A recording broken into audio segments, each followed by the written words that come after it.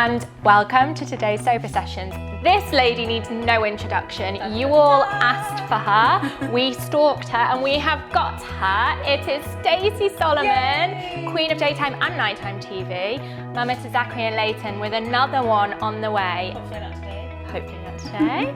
So we're going to ease her in with a few quickfire questions. Amazing. Do you know, at the start of that, it sounded like you may have kidnapped me. I'm not being held hostage, I promise. I'm here willingly.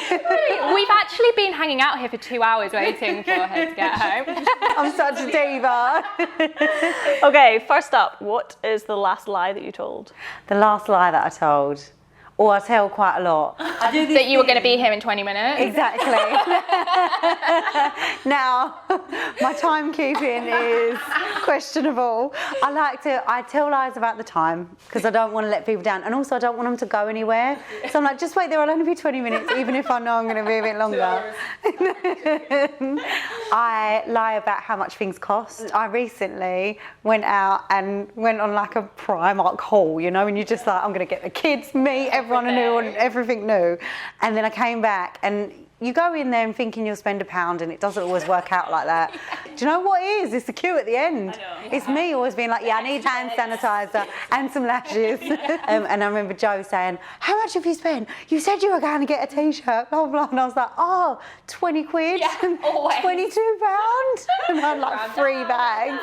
Have you ever been starstruck? Always. I get starstruck all the time. Yeah, because I can't believe I'm there with those people. Yeah. You know, when you just see someone, and I remember being at the NTAs or something like that, and the In-Betweeners cast, all Simon Bird and everyone walking past, and I was like, oh my God, this is to Janet or Jane or someone from Loose Women. I'm like, it's the In-Betweeners.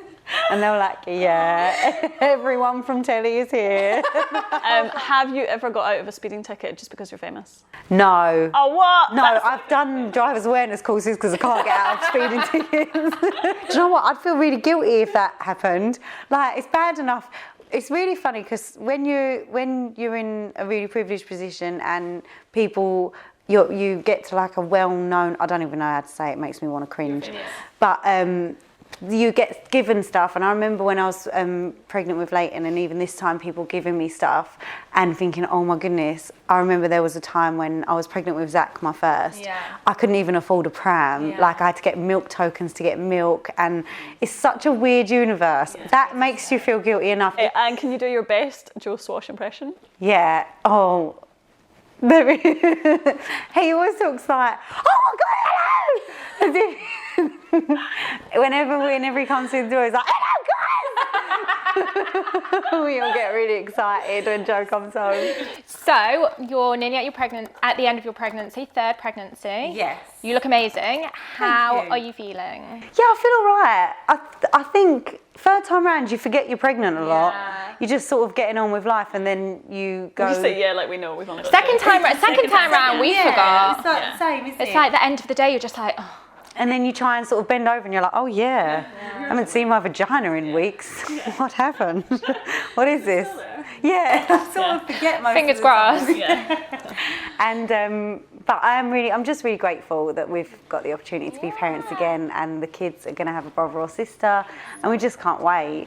And so this is your 3rd time at the rodeo. Are you give me all the drugs, or gas and air kind of? I'm a whatever happens. I had epidural the first time, and then I had nothing at all the second time because I didn't have time. And this time I haven't even wrote a birth plan. I've packed a bag full of sanitary towels and giant knickers. You know what you need. Lip balms. I mean, what else? What else can you prepare for? Literally. And the rest of it is all down to what happens on the day. I've learnt so far that planning a delivery is useless. How's Joe feeling about it? Yeah, he's really excited. I think he's blissfully unaware of what's about to happen. And he's so unaware that we've mutually agreed that, obviously, because I haven't slept that well in the last however many months, he's going to take over all the night feeds. This is fabulous. I know. And he's got no clue what's coming to I don't think he's got any idea, but I sort of almost made it a contract. I was like, so shall we write this down? I think you need to get it signed, sealed, done. Yeah. And then, so career-wise, you've got Primark, Loose Women, Celebrity Juice, Your book?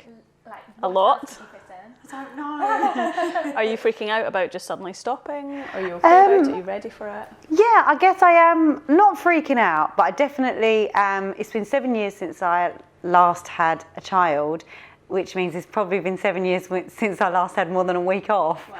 And I'm quite like, I am a bit sort of like, oh, I'm going to have to stop soon. So I'm cramming everything in and trying to, you know, make sure that I do all the things I want to do before I can really indulge in being at home.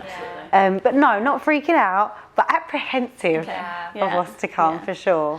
So obviously everyone is a huge Stacey Solomon fan. So when we put on Instagram, like, who would you like? I nodded to that. Like, yes, they are.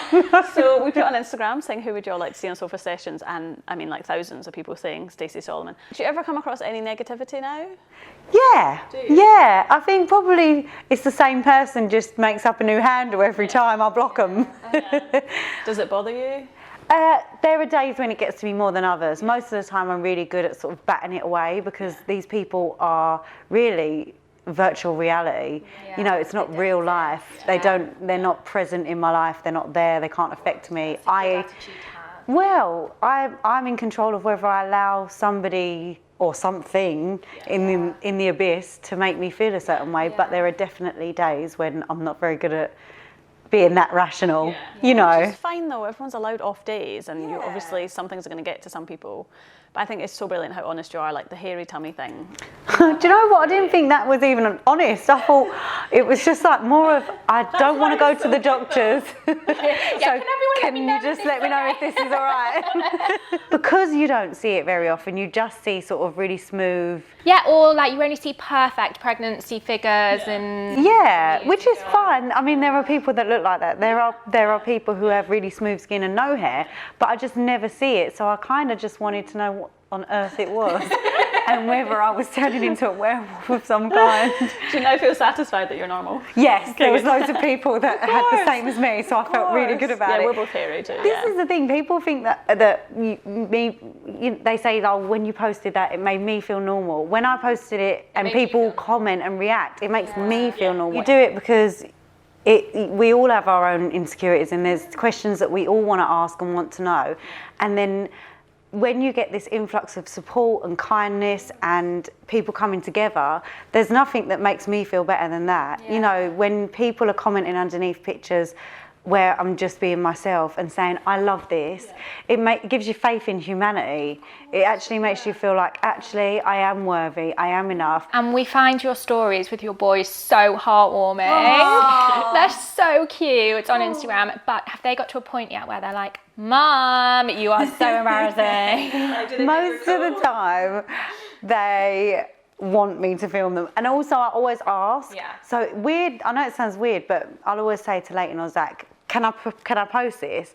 Because I feel like I should. Otherwise, we can have those conversations and they understand it. So I always ask them, and they think it's fun. My eldest is definitely getting to a point where he's like, not that one, Mum.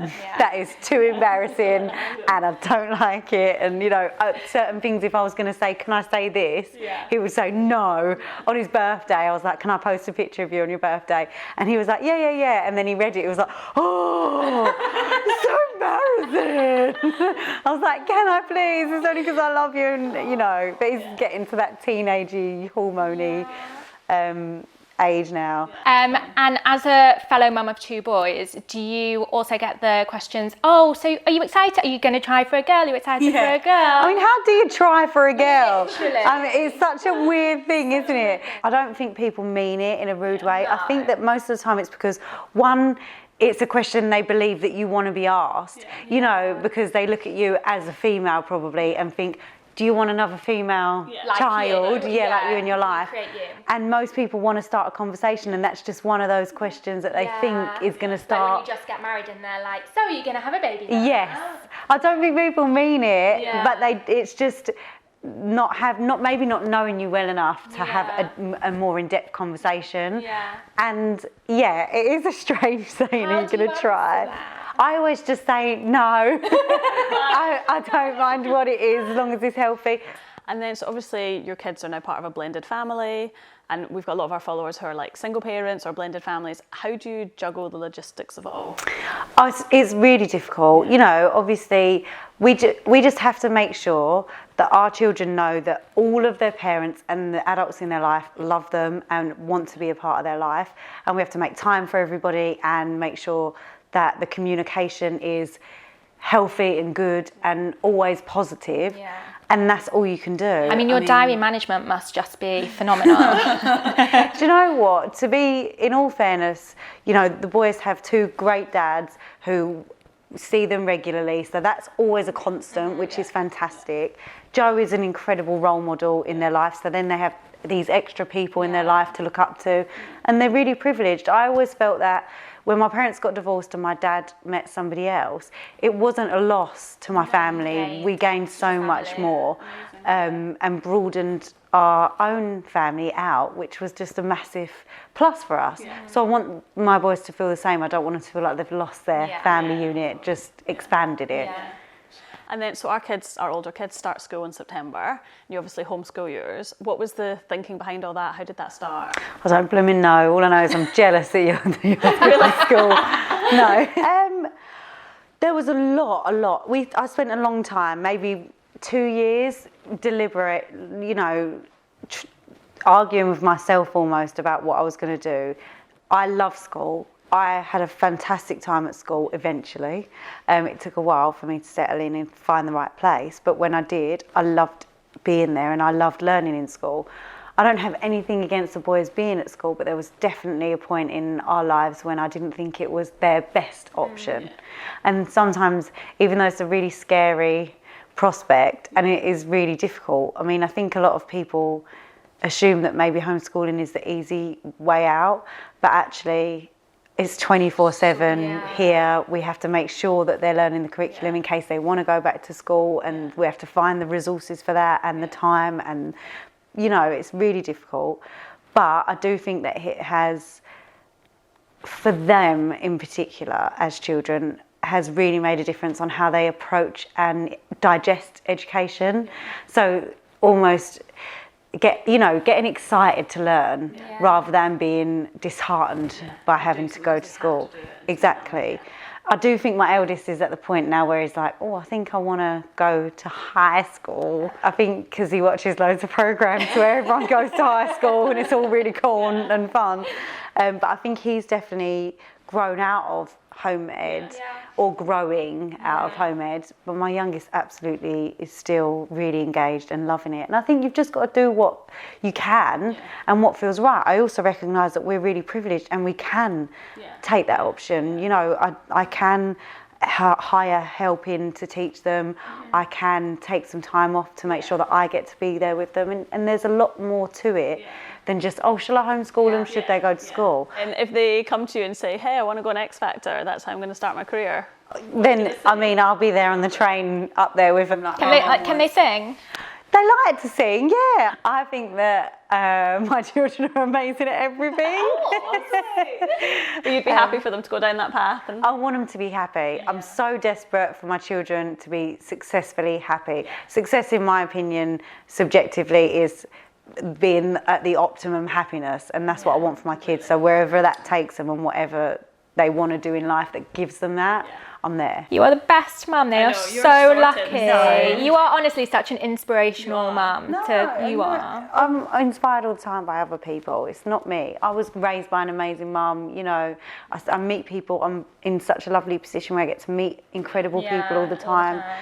I'm just so lucky. Oh, thank you so much for doing this with us. Thanks for having me. Thanks for bringing us to your home. Thanks for trusting us to be in your house without you.